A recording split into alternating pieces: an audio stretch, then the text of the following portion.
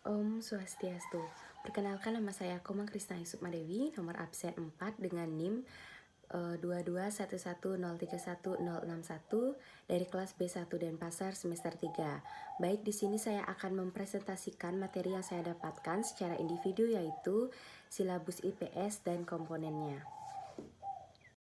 Baik, pertama-tama saya akan memaparkan rumusan masalahnya, yaitu yang pertama pengertian silabus IPS, yang kedua fungsi silabus IPS, yang ketiga tujuan silabus IPS, dan yang terakhir komponen dan langkah-langkah pengembangan silabus IPS.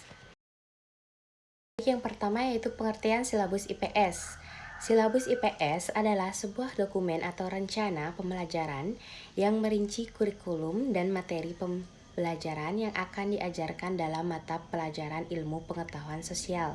Silabus ini biasanya disusun oleh guru atau lembaga pendidikan dan digunakan sebagai panduan dalam proses pengajaran dan pembelajaran IPS. Silabus IPS mencakup berbagai topik dan subtopik dalam ilmu pengetahuan sosial, seperti sejarah, geografi, sosiologi, ekonomi, dan aspek-aspek lainnya yang berkaitan dengan masyarakat, budaya, dan peristiwa-peristiwa sosial. Silabus ini menyusun rencana pembelajaran, tujuan pembelajaran, dan strategi pembelajaran. Baik, yang kedua ada fungsi utama silabus. Yang pertama sebagai panduan pengajaran, yang kedua sebagai standar pembelajaran, yang ketiga sebagai evaluasi dan penilaian, yang keempat sebagai keterpaduan materi, yang kelima sebagai perencanaan sumber daya, yang keenam sebagai transparansi, yang ketujuh sebagai kemajuan dan revisi, yang kedelapan sebagai pengawasan dan evaluasi kurikulum. Yang ketiga yaitu tujuan silabus IPS. Yang pertama, mengatur pembelajaran.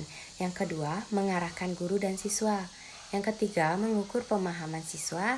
Yang keempat, meningkatkan konsistensi. Yang kelima, mengintegrasikan materi. Yang keenam, mengembangkan keterampilan. Kemudian yang terakhir, mengikuti standar pendidikan.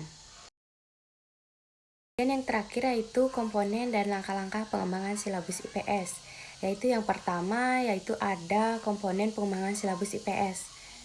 Yang pertama yaitu identifikasi tujuan pembelajaran.